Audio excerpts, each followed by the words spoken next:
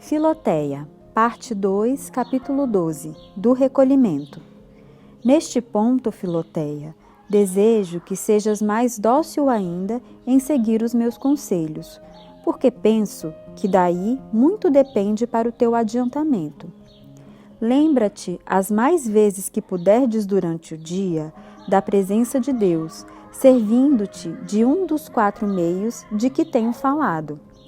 Considera o que Deus fez e o que tu fazes, e verás que Deus tem continuamente os olhos pregados em ti, com um amor inefável. Ó meu Deus, hás de exclamar, por que não emprego sempre os meus olhos para contemplar-vos, assim como vós estás sempre olhando para mim com tanta bondade? Por que pensais tanto em mim, Senhor? E por que eu penso tão raras vezes em vós? Onde é que estamos nós, minha alma? A nossa verdadeira habitação é em Deus. E onde é que nos achamos? Os passarinhos têm seus ninhos, onde se refugiam. Os veados têm os matos e moitas para se esconderem ao abrigo dos caçadores e dos raios ardentes do sol. Nosso coração deve escolher para si também, todos os dias, um lugar ou no Calvário, ou nas chagas de Jesus Cristo, ou em algum outro lugar perto dele, para se retirar de tempos em tempos, para repousar do bulício e calor dos negócios exteriores e para se defender dos ataques do inimigo. Sim, 3 vezes feliz é a alma que em verdade pode dizer a nosso Senhor: vós sois o meu lugar de refúgio, a minha fortaleza contra os inimigos. À sombra de vossas asas, respiro um ar dulcíssimo e estou seguro, ao abrigo das intempéries do tempo. Lembra-te, Filoteia, de retirar-te muitas vezes à solidão do teu coração, ao passo que as tuas tarefas e conversas o ocupam exteriormente, para estares a sós com teu Deus. Tudo o que te cerca não lhe pode fechar a entrada, porque tudo isso está fora de si mesma. Este era o exercício ordinário de Davi, no meio de suas múltiplas e importantes ocupações. Como vemos muitas vezes nos Salmos: ó Senhor, estou sempre convosco, sempre vos estou vendo, meu Deus, diante de mim. Levantarei os meus olhos para vós, ó meu Deus, que habitais no céu, meus olhos estarão sempre em Deus. Com efeito, tão sérias não são de ordinário as nossas conversas, nem exigem tanta aplicação às nossas ocupações, que não possamos subtrair-lhe um pouco de atenção para nos retirarmos à querida solidão.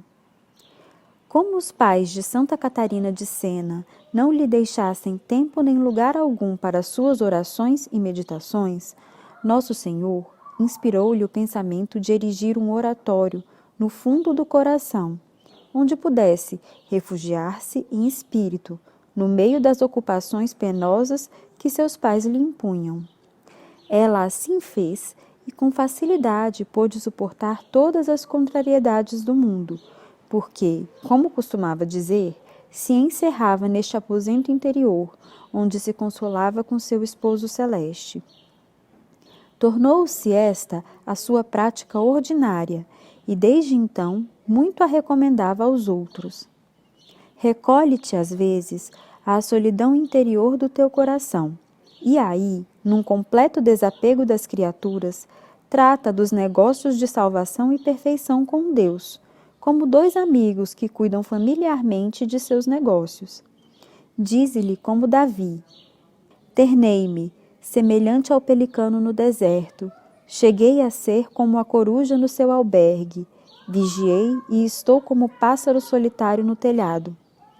Tomando estas palavras no sentido literal, elas querem dizer que este grande rei acostumara seu coração à solidão e passava cada dia algumas horas entregue à contemplação das coisas espirituais. Interpretando-as, porém, num sentido místico, Elas nos descerram 3 belíssimas solidões, para onde nos podemos retirar com o nosso amantíssimo Jesus. A comparação da coruja escondida nas ruínas mostra-nos o estado brilhante do Divino Salvador, deitado sobre as palhas da manjedoura, num estábulo, escondido e desconhecido de todo o mundo, que deplorava os pecados. A comparação do pelicano, que tira o sangue de suas veias para alimentar os seus filhotes, ou melhor, para lhes dar a vida, nos lembra o estado do Salvador no Calvário, onde o seu amor o levou a derramar todo o seu sangue para a nossa salvação. A terceira comparação nos aponta o estado do Salvador em sua gloriosa ascensão, quando, tendo aparecido no mundo tão pequenino e desprezível, se elevou ao céu de um modo tão brilhante. Retiremo-nos muitas vezes para perto de Jesus, num destes 3 estados. Estando o bem-aventurado Euseário, conde de Ariano, na Provença, ausente desde muito a sua esposa, a piedosa e casta Delfina, enviou-lhe um mensageiro expressamente para informar-se do estado de sua saúde. E ele respondeu do modo seguinte: Vou indo bem, minha querida esposa, e, se me queres ver, procura-me na chaga do lado do nosso amantíssimo Jesus. É lá que eu moro, e aí me acharás. Querer procurar-me noutra parte é um trabalho perdido. Isso é, na verdade, ser um cavalheiro cristão às direitas. Capítulo 13. As aspirações ou orações jaculatórias e os bons pensamentos.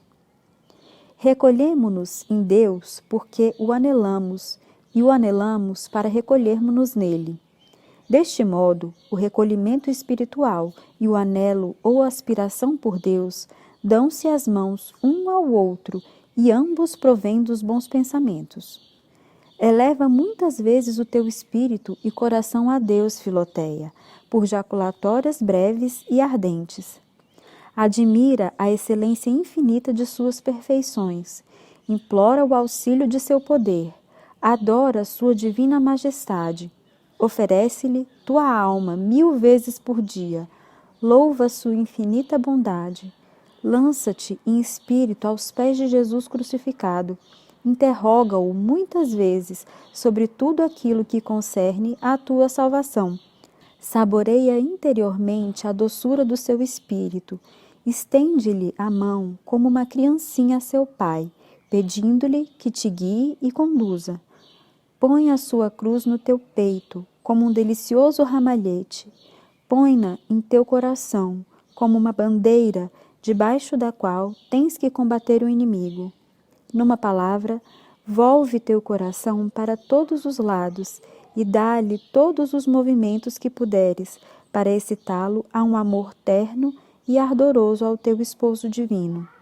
Muito aconselhava Santo Agostinho à virtuosa senhora, por nome Proba, a recitação das orações jaculatórias, porque, se nossa alma se acostuma a tratar tão familiarmente com Deus, aos poucos copiará em si as perfeições divinas.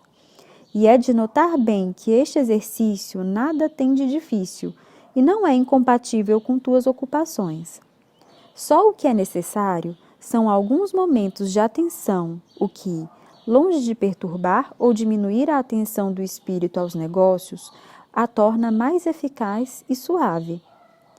O viajante que toma um pouco de vinho para refrescar a boca e alegrar o coração, não perde o seu tempo, porque renova as forças e se detém apenas para depois andar mais depressa e percorrer um caminho maior. Com este intento, compuseram-se diversas coleções de orações jaculatórias, que tenho por muito úteis.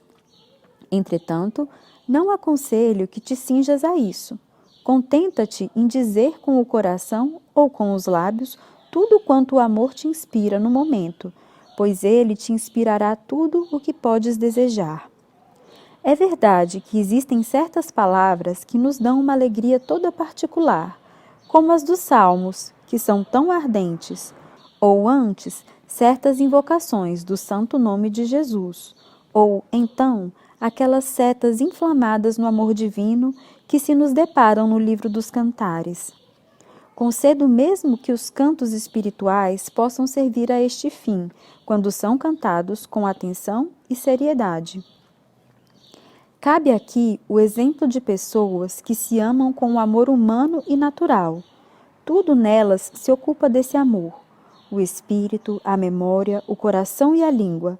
Quantas lembranças e recordações, quantas reflexões, quantos enlevos, quantos louvores e protestos, quantas conversas e cartas. Está-se sempre querendo pensar e falar disso, e até nas cascas das árvores, nos passeios, há de se inscrever uma qualquer coisa. Assim, aqueles que estão possuídos do amor a Deus só respiram por Ele e só aspiram ao prazer de amá-lo. Nunca deixam de falar e pensar nele. E, se fossem senhores dos corações de todos os homens, quereriam gravar neles o nome sacrossanto de Jesus. Nada há neste mundo que não lhes fale dos atrativos do divino amor e não lhes anuncie os louvores do seu dileto. Sim, diz Santo Agostinho, depois de Santo Antão, tudo o que existe neste mundo lhes fala de Deus na eloquência de uma linguagem muda, mas muito compreensível à inteligência deles, e seu coração transforma essas palavras e pensamentos em aspirações amorosas e em doces surtos que os elevam até Deus. Eis aqui alguns exemplos. São Gregório, bispo de Nazianzo, passeando um dia na praia do mar, como ele contou a seu povo, considerava atentamente as inúmeras e variadas conchas que as ondas arremessavam à praia e depois restituíam ao mar. E, ao mesmo tempo, contemplava, admirado, a solidez dos rochedos vizinhos, contra os quais o mar se arrojava impetuosamente. Diante desta vista, ele pensava que isto representava exatamente o caráter das almas fracas e superficiais, que se deixam levar já à alegria, já à tristeza, cedendo indiferentemente a todas as vicissitudes da vida, e o caráter das almas generosas e constantes, que nada pode abalar. E então, o seu coração, aproveitando-se deste pensamento, elevara-se a Deus, dizendo-lhe com o profeta rei: Salva-me, Senhor, porque as águas têm entrado até a minha alma. Livra-me, Senhor, deste abismo, porque cheguei ao alto mar, e a tempestade me submergiu. E é muito de notar que estas palavras quadravam-se muito com a situação em que se achava, sofrendo com admirável mansidão a usurpação que Máximo queria fazer de seu bispado. São Fulgêncio, bispo de Ruspa, achando-se em Roma por ocasião do triunfo de Teodorico, rei dos godos, que presidiu em pessoa a uma Assembleia Geral da Nobreza Romana, encantado com a vista de um espetáculo tão magnífico, exclamou: Ah, se a Roma terrestre é tão rica e tão brilhante, quão bela há de ser então a Jerusalém celeste! E se o Senhor de todos os bens deu tanta magnificência aos amantes da vaidade, que não reservará então aos que contemplam eternamente as suas verdades? Disse que Santo Anselmo, que nossos montes se ufanam de ter visto nascer, e que foi bispo de Cantuária, era muito hábil nesta arte de espiritualizar os pensamentos mais comuns. Estando um dia em viagem, aconteceu que uma lebre, perseguida pelos caçadores, veio refugiar-se debaixo de seu cavalo. E os cães, latindo em redor, não ousavam violar a imunidade de seu asilo. Muita graça acharam os caçadores num espetáculo tão raro, mas o santo prelado, tocado inteiramente do Espírito de Deus, disse-lhes entre soluços e lágrimas: Ah, vós estáis rindo, mas o pobre animal não tem vontade de rir. Pensai bem que infelicidade é a de uma alma que até a hora da morte é arrastada pelo demônio, de erro em erro e de pecado em pecado. Então, cheia de terror, ela procura um asilo, e se não o encontra, os seus inimigos se escarnecem dela e eternamente a conservarão como sua presa. recebendo Santo Antão uma carta muito honrosa do imperador Constantino Magno e causando isso muita admiração aos religiosos, seus companheiros, o santo lhes disse: Por que vos admirais que um rei escreva a um homem? Admirai antes a bondade infinita do Deus eterno pelos homens mortais, tendo-lhes escrito ele mesmo a sua lei e falado a eles pela boca de seu próprio filho. São Francisco, notando num rebanho de bodes e cabras uma única ovelha, ponderou a seu companheiro: Olha, como ela é mansa e bela!